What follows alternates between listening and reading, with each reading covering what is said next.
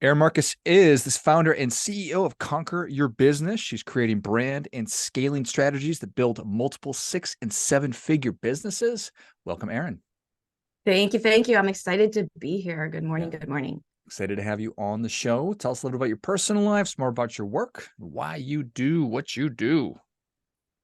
Just like the whole origin story or All of it. Yes. Give me all of it. everything. You got like 3 minutes. Let's hear the whole thing. Let's do that. Why do I do what I do? One, because after doing a million other things, you finally figure out where your genius zone is and when you're right, what are you good at? And where is what you're good at intersect with how to help other people, right? So not that I haven't been good at other things. I have a corporate background. I had a small business working with families with aging parents, but the thread really seemed to my brain works when I listen to other people talk about what they're trying to accomplish, and I can't even help it. My brain just goes and rearranges their ducks, puts them in a different row. I'm like, okay, this is how you do that, right? And then after many years, I finally took a Strength Finders test, and it said top 3 were visionary, strategic thinking, and learner. Oh, okay, now it makes sense. Why does my brain do that? And I've been having these amazing conversations lately about the more you can narrow down and work only in your genius zone, the faster your business will grow and the happier you will be.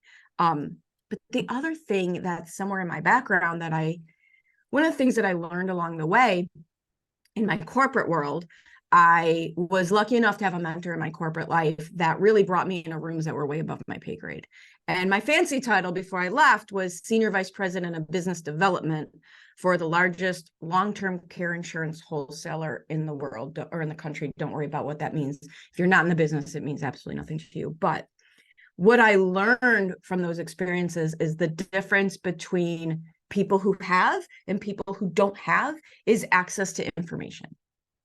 It's access to information. And so one of the things that I absolutely love is providing information. We have a very heavy education-based marketing approach to our business.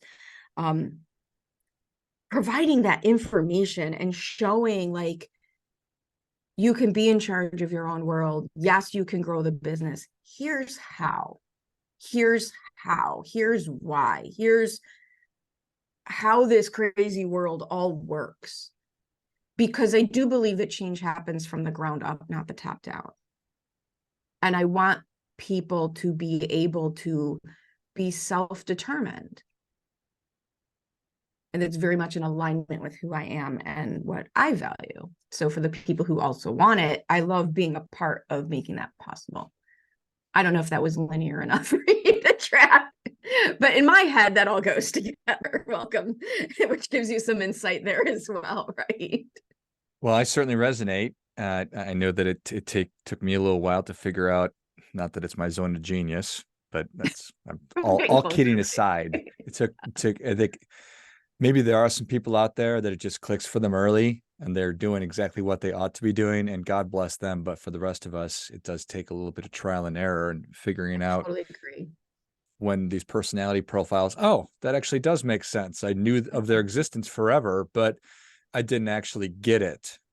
So when you say that people have access to information, is it like that? Or do they just not have it? Or is it right in front of them and they can't pick the thing up and use it?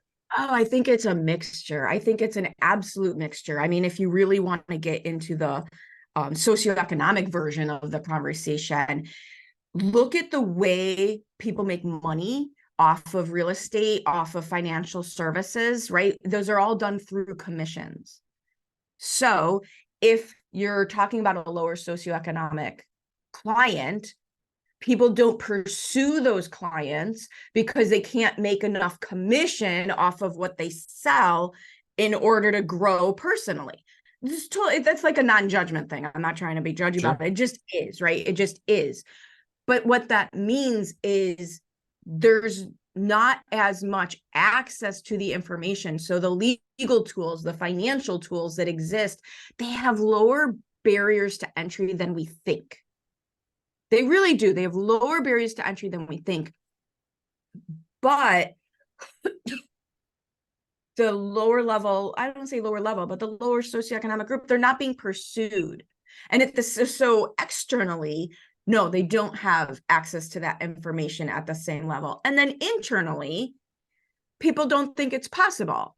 And that happens at all different levels, right? Internally, we don't have access to the information because our brains are literally stopping us from thinking that it's possible for us for a wide, and you can go into limiting beliefs, you can go into representation, you can go into a million reasons why that happens at every level. So externally, yeah, you can say, the one thing is, truthfully, we don't live in the world of information anymore, right? The information age. There's nothing out there that you can't find out how to use. Thank you, YouTube. Thank you, TikTok. Thank you, Google.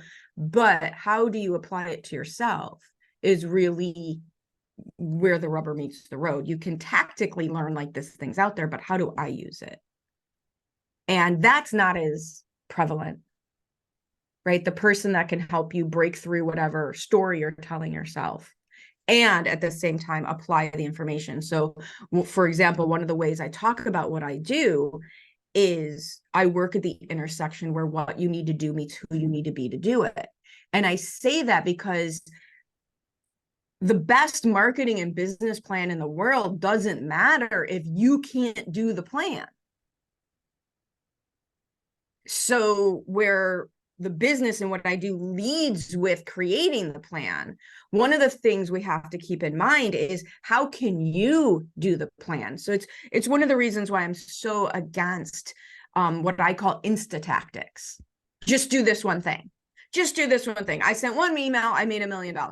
Yeah, but you sent a million emails that made $0, right? Like, insta tactics, not only do they not work for most people, but you end up feeling worse than when you started, because the marketing would have you believe it works for everybody, but then it didn't work for you.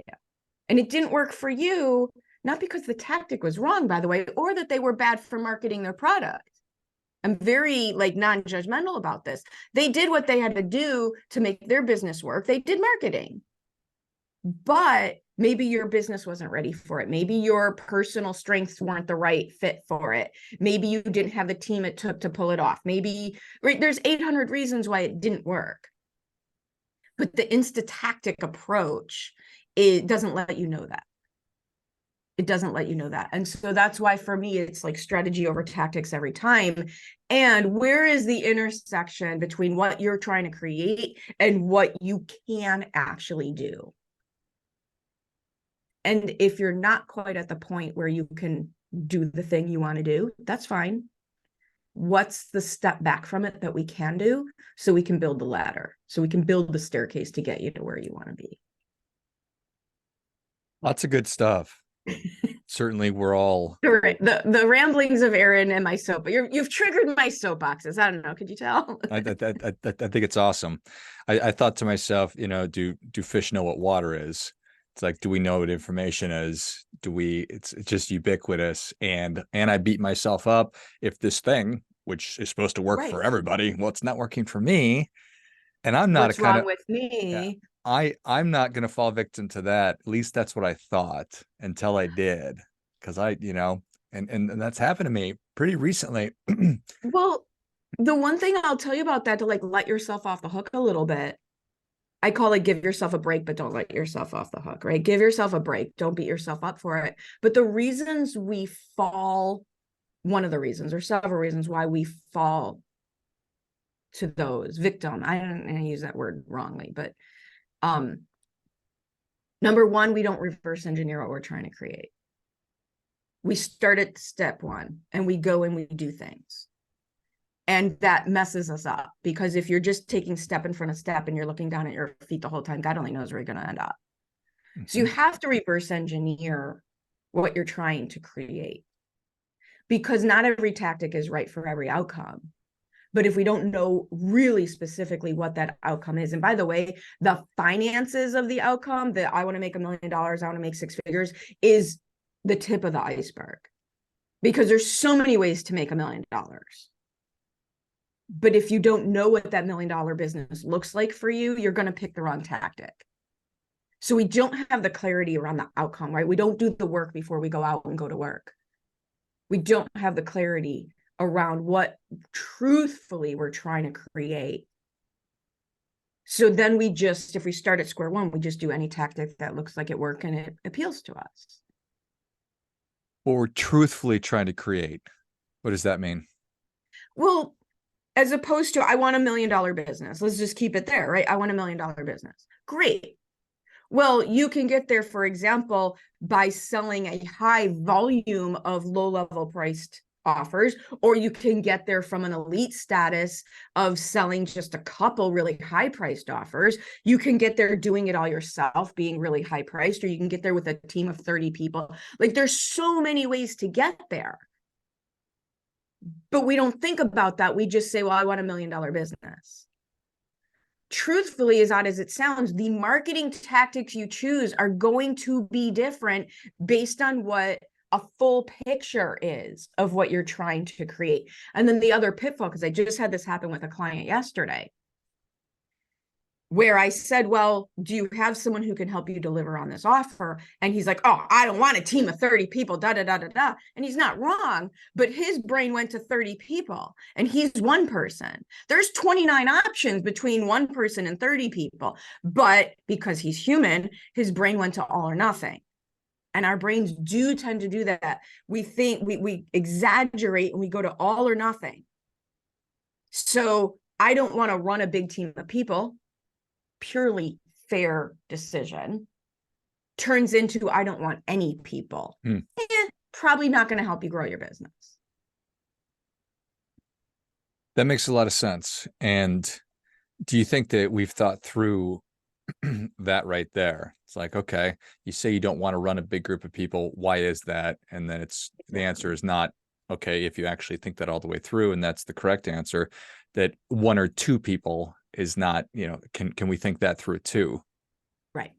And we say that oftentimes I hear people say that because they've had a bad experience. Totally get it. I've also made hires that didn't work out. So you need to decide, and I go back to really black and white to help me with this stuff because it makes it almost weird, right? It shows us how weird our thinking is. Okay, I don't want to have a team of people because I hired, John Doe over there and it didn't work out. All right, so what I'm saying from a priority standpoint is it's more important to me to never have a difficult hire than it is to make my $1 million business. And it always goes back to your priorities. We just don't realize it. So what I'm saying to myself is avoiding this problem over here is, on one hand, more important to me than creating what I truly want over there. And every time we tell ourselves these limiting beliefs or these stories of what we don't want, we are effectively prioritizing avoiding that challenge over achieving what we want. So we have to go back. What do we truly want? Okay, because you can still have your $1 million business, but you better then learn how to charge a lot of money as a solo freelancer. And for example, if you are the business, now it's not sellable. That's also a perfectly fair thing, but know that going in. I'm a big fan of you get to pick absolutely whatever you want. No one can judge you for having a hobby business instead of a big business, or having a side hustle instead of a full-time entrepreneur, or having a personal brand where you're the whole deal freelancer situation versus a team. There is zero judgment. My only thing is choose it on purpose. Don't settle for it because of blocks. Choose it on purpose. Truly choose it on purpose because it's what you want, not what you think you could pull off, not what you think you deserve, not what you think you can have because of all the mess in our brains that we have to muddle through. Choose it because it's what you want. Yes. It's super powerful. It's super simple. Every one of those terms carries with it so much weight: hobby business, side hustle. To one person, that could just be like touching a hot stove, or another person, it could be really, really exciting. And who cares about what anybody else thinks? Absolutely. What's important is that you care what you think. Yes. And have you taken the time to think through this, and I can answer that question. It's like for a lot of my life, I had not. So I'm sure it's true of a lot of people. Absolutely. I did that in corporate. One of the, you said that earlier, people who figure it out early, that's been like this odd thing I could never quite understand. Like you meet these kids in school and they knew what they wanted, and then they went and they started doing it like by the time they were 12, right? And then they focused on it in high school, and then they went to college for it, and that is so far from my life, right? I had no idea. It was always kind of this mythical creature to me, someone who knew from early on what they wanted and went about doing it. I had a boyfriend, great guy. He recently got married. My brother went to the wedding, like great guy, ex-boyfriend, had one job out of college, one job. He literally knew what he wanted. He went to college to do what he needed to do to get it. He got the job and he stayed there. I mean, we dated in our late 40s. And he was still in the business, still doing the one job that he worked his way up. So far from my life, right? What a psycho. So far from my life. So do you call it a process? How do I call it iterations. Okay. Process to how do I me, figure this out? You keep taking action. You cannot think your way out of this stuff. You can only act your way out of this stuff. There's two pieces to this for me. Maybe there's more as I talk this through. There's two pieces for me. There's taking all that action and then becoming as honest an observer of your own behavior as you can. Right? Take the action. So the process is make a decision, take responsibility for the outcome. Make a decision, make a decision, make a decision, make a freaking decision. It's hard. It's hard. That's why I say it that way. And then take action based on that decision. Take all of the action, not a little bit of action. People seriously underestimate the amount of action it takes. It's something that I end up saying to people, did you try or did you just start? Are you actually trying or did you just kind of start and give up? Because I've had people say, oh, well, I wanted to do this. And I'm like, great, this is a great idea.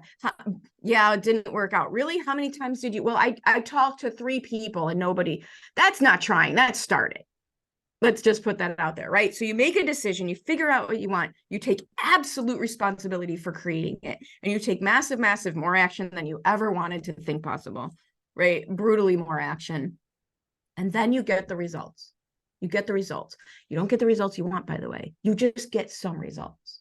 And then you try as best you can to objectively observe those results just so you can make a better decision. It's right. You say it's a process, and it is a process, but to me, that word is very linear, and this is not going to be linear. It's iterative. It's iterative. You make a better decision based on everything that just happened. You take responsibility for making that new version, better version, next version, hopefully better, meaning you've learned something. And then you take all that action. And the faster you can iterate, the faster you will get to where you want to be. And then the other warning I'll tell you is if you're in the entrepreneurial world, this never stops.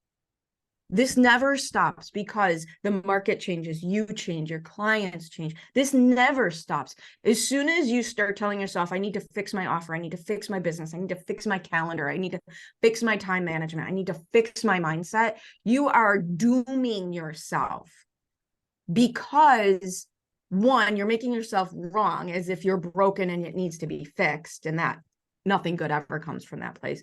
But 2, you're going to take your eye off the ball. You don't need to fix it. You need to measure it.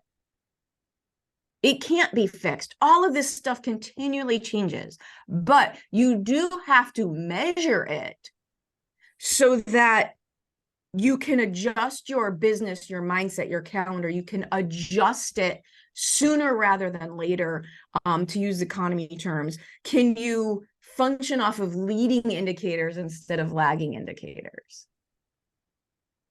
Meaning don't wait until it all fell apart before you make your next iteration.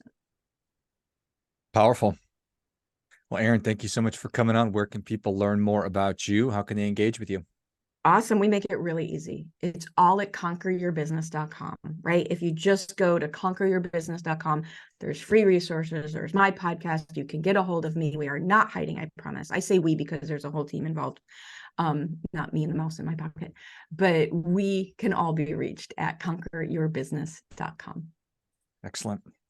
Well, if you enjoyed as much as I did, show Erin your appreciation and share today's show with a friend who also appreciates good ideas. Go to conqueryourbusiness.com and make that first decision and take that first step in your iteration, knowing that you're not fixing what's broken. You're just iterating, changing, and then measuring.